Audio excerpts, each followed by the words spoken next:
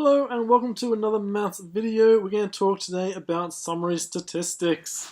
So, you've seen some of these in previous years. We're going to go through a quick overview of stuff you know and move on to stuff that you don't know. So, summary statistics, loosely, there's two categories we're going to look at. The first one we have are the measures of center.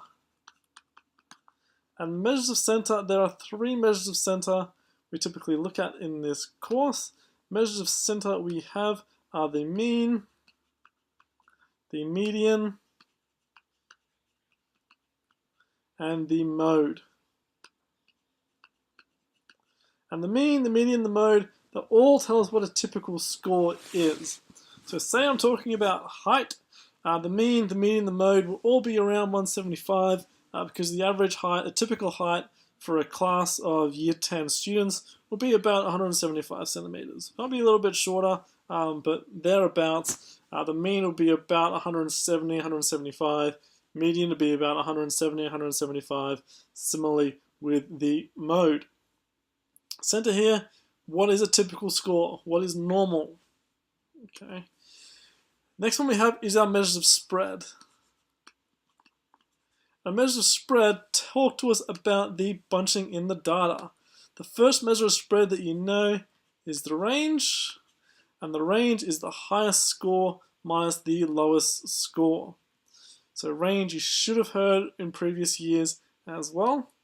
We're going to add two measures today though, the interquartile range and the standard deviation.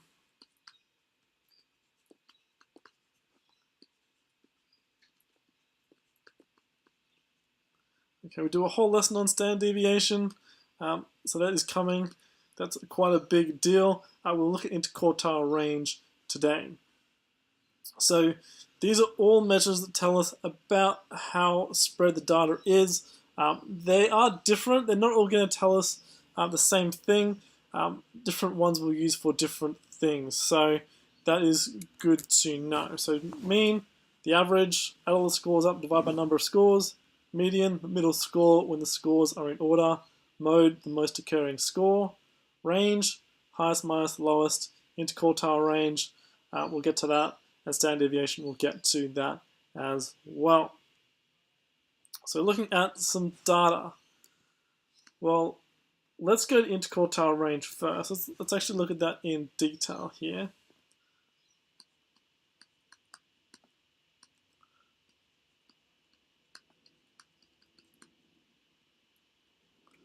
Sorry, my pen is not working fantastically today. Interquartile range. So, as you might expect, inter is basically inside, quartile, quarters. What we're going to do, we're going to get a data set and break it up into quarters. Okay, so let's look at an example. If my example here, example 1, let's say we had the data 4, 5, 6, 6, 7, 7, 7, 8, 9, 10. So looking at this, we can go through and find the mean, median, and the mode. So you should be able to tell me almost straight away that the mode here, the most occurring score, my mode here is 7 because 7 occurs 3 times. My median, the middle score will be around here. I think it's one of these two 7s or in between them. The mean, add them all up, divided by number of scores. The range here will be highest minus lowest, so range 10 minus 4, the range is 6. Anyway, interquartile range, we're going to break the data up into 4 quarters. So we start by splitting the data in 2. So splitting it in 2, cutting off scores from each end. I'll take 3 from each end to start to get the ball rolling. So 3 from each end, take 1 more from each end. We get 2 scores in the middle here, so right through here, the middle of my data, which is the median, is 7, and we can call that median Q2, the middle quarter. Okay, the middle quarter, the end of the second quarter. So 2 quarters, it's a half. End of the second quarter is the median, the middle score there. From here we've got to find Q1 and Q3 to break it up into 4 quarters. So that's been split there.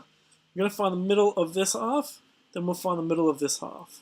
So middle of my first half, cutting off scores there, and there, and there, and there. Gives me one score in the middle here, so Q1 is going to be 6. You might also see it be referred to as QF as well. So for the first quartile, the score there, QF is 6. Similarly, up this end, cut off that score, gone, and gone the middle score here, Q3 is 8. Also might be referred to as QL, L for last. QL is 8. So my interquartile range, my definition of interquartile range is Q3 minus Q1. So Q3 minus Q1, Q3 is 8, Q1 is 6, so it's 2. So my interquartile range here is 2. My range from the start again was 10 minus 4, range is 6, interquartile range is 2.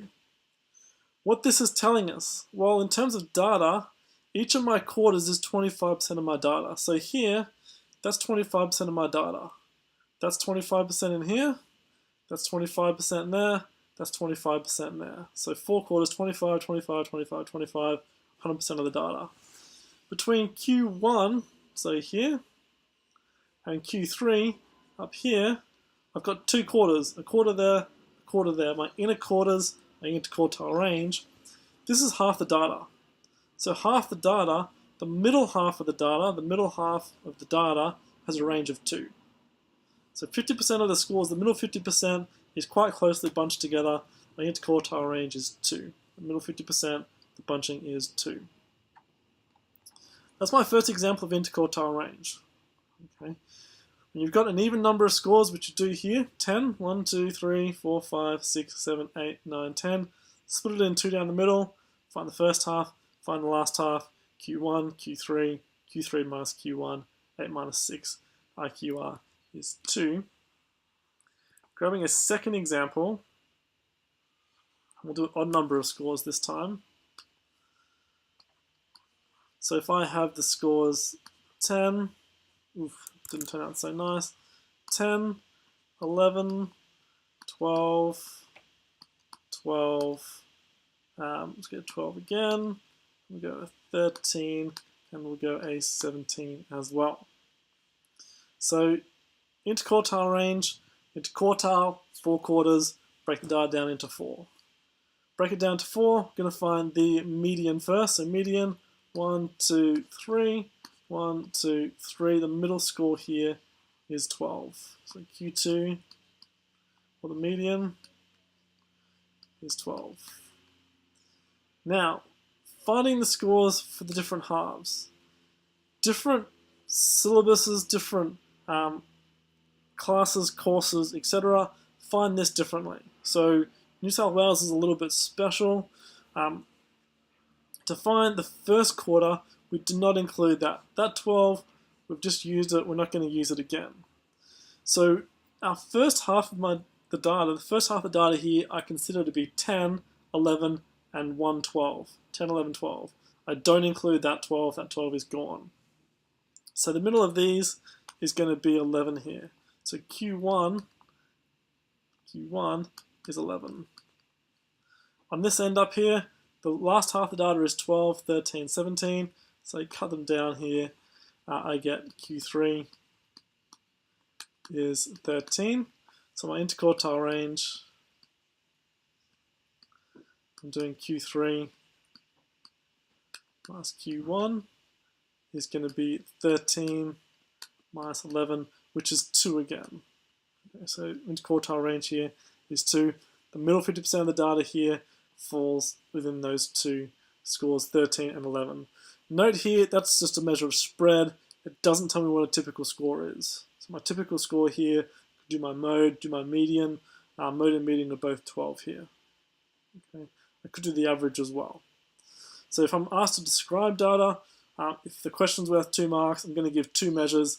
I'll give a median here, I'll give an interquartile range as well, but they could ask you for a particular measure in your exam. So come exam time, when they are asking to describe data, you always want to talk about one measure from each column here: mean, median, mode, range, interquartile range, standard deviation, and yeah, it's important. Interquartile range, make sure you can calculate it. Do a few examples, get familiar with that. If you need more examples, please don't hesitate to let me know. Okay, basically cut the data down in half to get the middle, first half, second half to get Q1 and Q3. Thanks for watching. Best of luck with some examples. I'll put another video up shortly just looking at outliers as well. So outliers is a part of this unit, does turn up in exams, and is not always the nicest thing in the world to calculate. Cheers.